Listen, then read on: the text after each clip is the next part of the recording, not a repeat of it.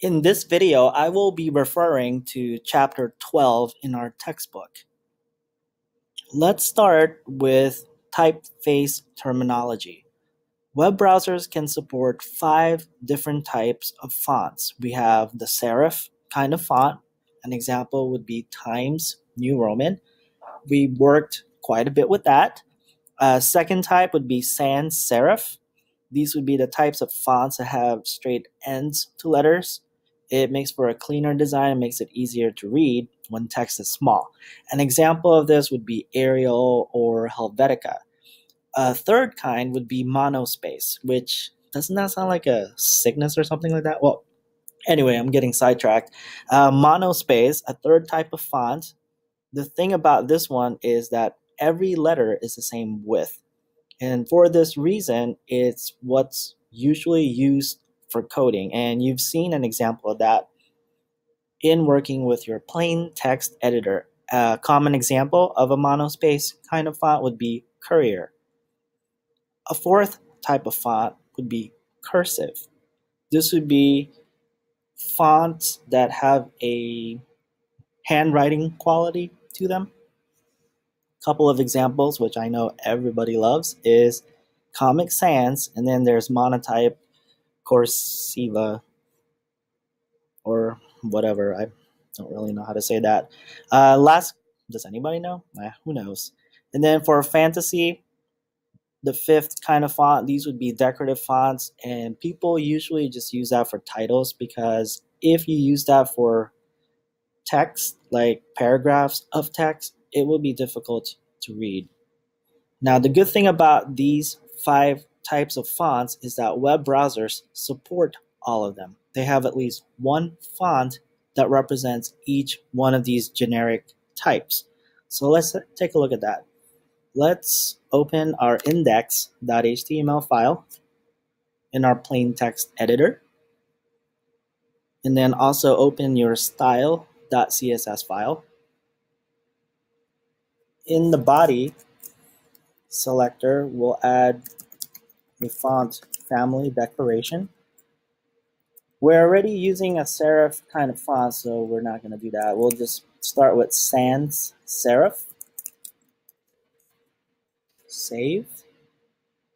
And check out a preview of our web page, the home page.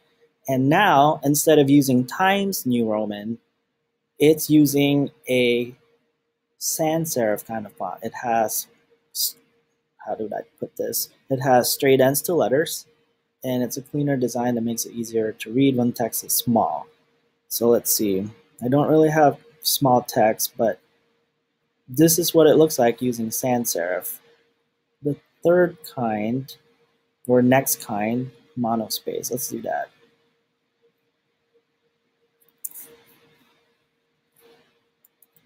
Monospace. Save. Refresh your page. And now it's using some type of monospace font. Looks like Courier. So I kind of like how that looks for this text. It gives it that typewriter kind of look to it.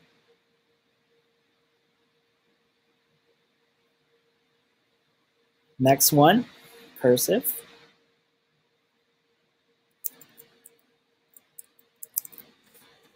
Save and refresh.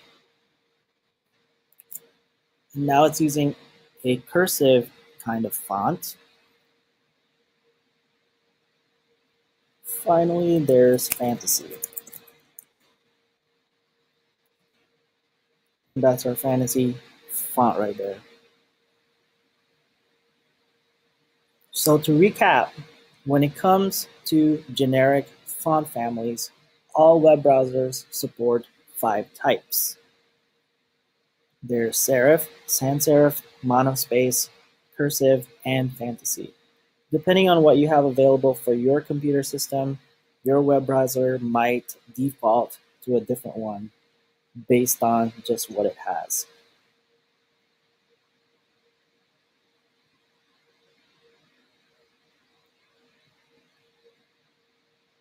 Okay, I'm trying to decide if I want to go ahead and mess with Google Fonts in this video. I guess since I already mentioned it, let's go ahead and go there. Scrolling down this chapter 12 PDF, let's talk about a wider choice of typefaces for your website. Up to this point in class, we haven't really messed with text very much. We just kind of used whatever our web browsers provide for us, which would be Times New Roman by default. Well, thanks to FontFace and Google Fonts, we have more choices in what we can use for our website. Now, FontFace, I think I will just save that for the next video. Let's go ahead and jump to Google Fonts. So go to google.com/fonts, and that will take you to this page right here. You'll notice that it has the same 5 categories of font types, except instead of calling it fantasy, Google Fonts calls it display. But we have serif, sans serif, handwriting, and monospace. If you are designing a web page, a good place to start would be to see if Google Fonts has the font that you need for your page or that you want for your page. There are 818 families after all. Now, this is a great solution because it's free. You don't have to worry about licensing. Of course, there will be times when Google Fonts will not do. You'll probably have to purchase a license for a font, but that's where FontFace comes in. But again, we'll worry about that in the next video. For our example, let's choose, like, what about this one? Bubbler one. That looks good, right? Or we'll check it out, see what it looks like. So the first step would be to choose your font. You could do a search, or you could just kind of stumble upon one like I did. And once you decide on a font, there's a plus sign that you can click on to select the font. And then at the bottom, it'll tell you that it's been selected. You can then expand that bar. And this will provide you 2 pieces of code that you need to add to your website. The first part would be a link element. It even tells you what to do with it. It says, copy this code into the head of your HTML document. So that's what we'll do. I'll select all this, copy it, and then paste it into the head section of my HTML. I will just put that right after that other link element for the style sheet. Save that. The next step, the next piece of code we need is what will go in the CSS. We just need to apply this font family declaration to whatever selector we want that to be used in. In this case, I want it for the entire body, so I'll just paste that or copy this and then paste it into the body selector in my CSS file. I will replace font family fantasy with that font family bubbler 1 and then sans serif. Now you'll notice that when it comes to specifying different fonts for your website, the best practice is to start with specific names of fonts and then you progress to the most generic form of that. That way, if for whatever reason the user system doesn't have a font or something goes wrong with the fonts you've made available, it will at least display a similar kind of font, something within the same family. You'll also notice that when font names have more than one word, that you need to put them inside single quotes or double quotes, as long as you're consistent. So let's see what this looks like. I'll save this, and now I will refresh my home page.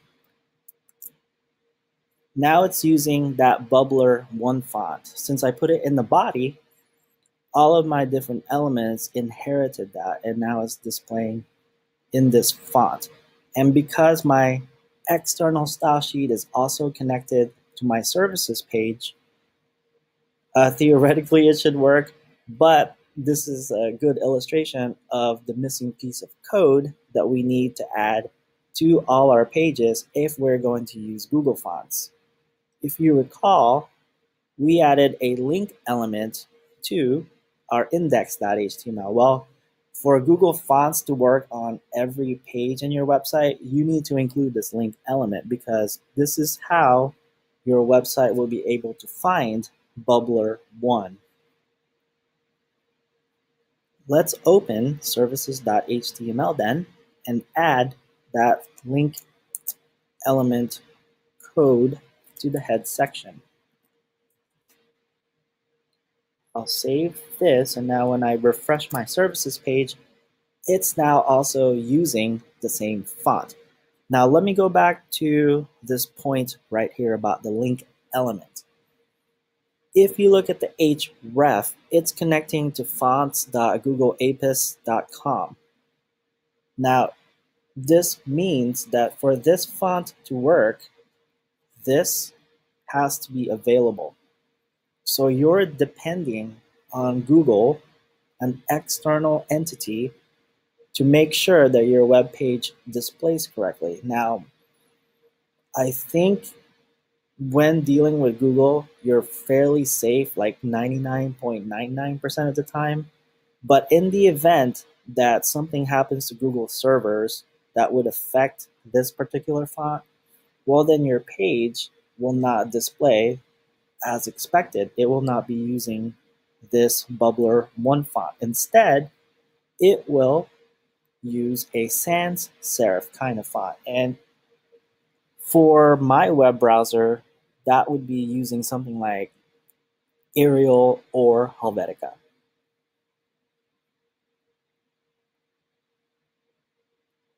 All right, so in the next video, we will be working with font face.